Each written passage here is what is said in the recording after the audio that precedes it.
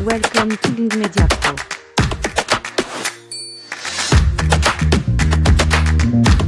Bienvenue sur Ging Media TV. Après 9 mois d'attente depuis sa nomination en avril 2023, Berlanga Martinez Nicolas, le nouvel ambassadeur de l'Union européenne, en République démocratique du Congo, RDC, a enfin présenté les copies figurées de ses lettres de créance.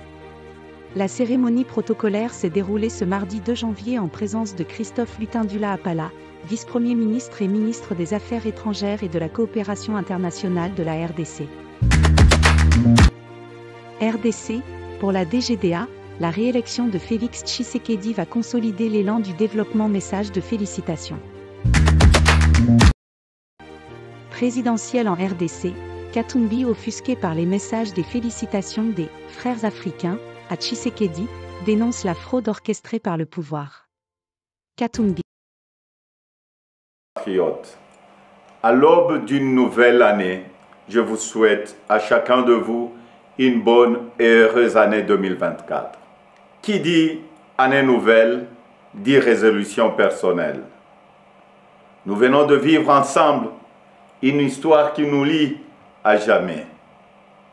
Je vous remercie tous pour la grande confiance que vous m'avez manifestée tout au long de la campagne où nous avons pu nous parler et dresser de plans d'avenir. Je remercie tous mes alliés pour leur soutien. Je vous remercie tous pour le vote massif que vous m'avez accordé. Au cours de nos rencontres, j'ai constaté que nous voulions tous un avenir meilleur pour nos familles, nos enfants. La sécurité pour tous, la santé, les écoles, l'eau, l'électricité, de routes, de ponts, de bacs, de l'emploi, le salaire décent, un logement. Toutes ces choses simples qui devraient faire la dignité de tout Congolais, nous en rêvons. Je n'ai pas oublié les espoirs que vous avez placés en moi. Je n'ai pas oublié non plus vos exigences sur la qualité de celui qui doit gouverner notre pays. Vous me l'avez clairement exprimé. Vous voulez que le pays soit dirigé par des hommes intègres, ayant le sens de la justice et du bien commun. Vous exigez qu'on vous rende compte et qu'on vous associe plus étroitement à la gestion du pays, tant au niveau national, provincial que local. Lors de cette campagne, j'ai pris vis-à-vis de vous un engagement, celui de changer le Congo. Je n'entends pas le trahir. Depuis le braquage électoral du 20 décembre, dont nous sommes tous victimes, nous vivons une énième usurpation de notre souveraineté. De partout, j'entends monter des cris d'indignation, des cris de contestation, des cris de colère, des cris d'exaspération.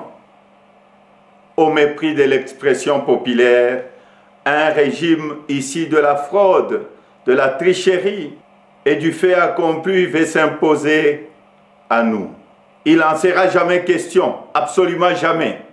À l'aube de cette année nouvelle, au cours de laquelle nous aspirons à la paix, à la sécurité, à la stabilité et au développement, nous savons tous que nous ne pourrons jamais bâtir une nation apaisée et tisser le lien du vivre ensemble sur le mensonge, la fraude et la tricherie. Nous ne pourrons jamais bâtir un pays, un État, une nation, sans retrouver notre fierté qui appelle à pouvoir choisir librement nos dirigeants. Le serment de liberté que nous ont légué le Père fondateur repose sur le lien sacré qui doit exister entre le peuple congolais et ses représentants. Tromper notre peuple ne fait qu'aggraver la lancinante crise de légitimité qui perdure dans notre pays et nous fait passer à côté de grands espoirs.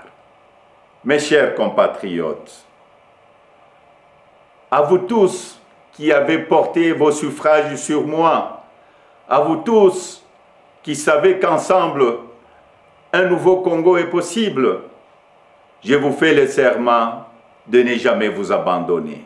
Nous entrons aujourd'hui dans une autre phase de notre quête pour la liberté.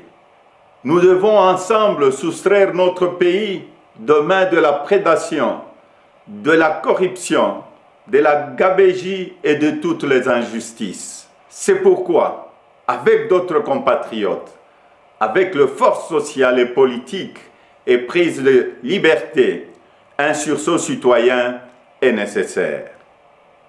Sauver notre démocratie est devenu plus qu'une priorité. C'est un devoir et je ne faillirai pas à mon devoir citoyen. Raison pour laquelle je vous demande de ne pas baisser le bras, de ne pas céder au découragement ou au pessimisme, mais bien au contraire, de reprendre la marche que nous avons engagée ensemble. Parce que rien n'est fini, tout est encore possible. Et ce nouveau Congo, nous y avons droit et nous ne laisserons à personne le droit de briser le rêve que nous avons de le bâtir ensemble. Notre Constitution nous invite à nous opposer à tout groupe d'individus qui veut prendre le pouvoir et s'y maintenir en dehors de la volonté du peuple congolais. Pour notre dignité et l'avenir de nos enfants, nous sommes tenus de souscrire à tout le moyen qu'elle met à notre disposition pour refuser la fraude et l'installation de la dictature. Peuple congolais, tenons bon, restons mobilisés. Le temps de l'action est venu.